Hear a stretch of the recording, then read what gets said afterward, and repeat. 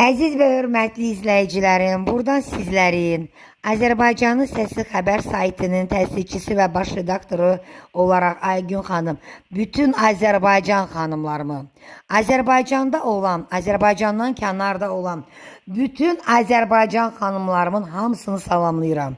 Allah mənim Azərbaycan xanımlarımı qorusun. Xanım güc deməkdir, xanım qüvvət deməkdir. Burada mən bugün xanımlar barəsində bir paylaşım etmək istəyirəm. Heç bir xanım, heç bir ana, heç bir qız əxlaqsız və tərbiyəsiz olmur.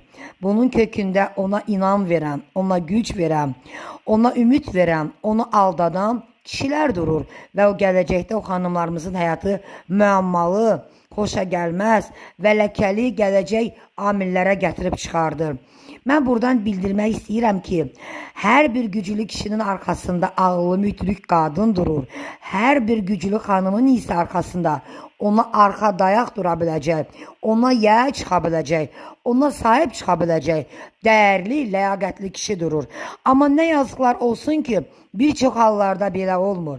Bir çox qızlarımızı, gənc xanımlarımızı, analarımızı onun çarəsiz, onun imkansız, düşdüyü çətin vəziyyətdən istifadə edib, onu aldadan, ondan istifadə edən, kişi adına ləkə olan bir çox kişilər bu xanımlarımızın həyatı ilə əşya kimi oynayır və sonda isə xanımlarımızı yolun ortasında yəhsiz, sahibsiz formada buraxıb gedir. Belə olan hallarda isə bu xanımların həyatı çox çarəsiz durumda qalmaqla yanaşı, gələcək aqibəti çox bulanlıq yollara gedib çıxır. Çox bulanlıq sulara bizim o gənc qadınlarımız, xanımlarımız, analarımız o bulanlıq sularda boğularaq həyatları ilə mübarizə aparır.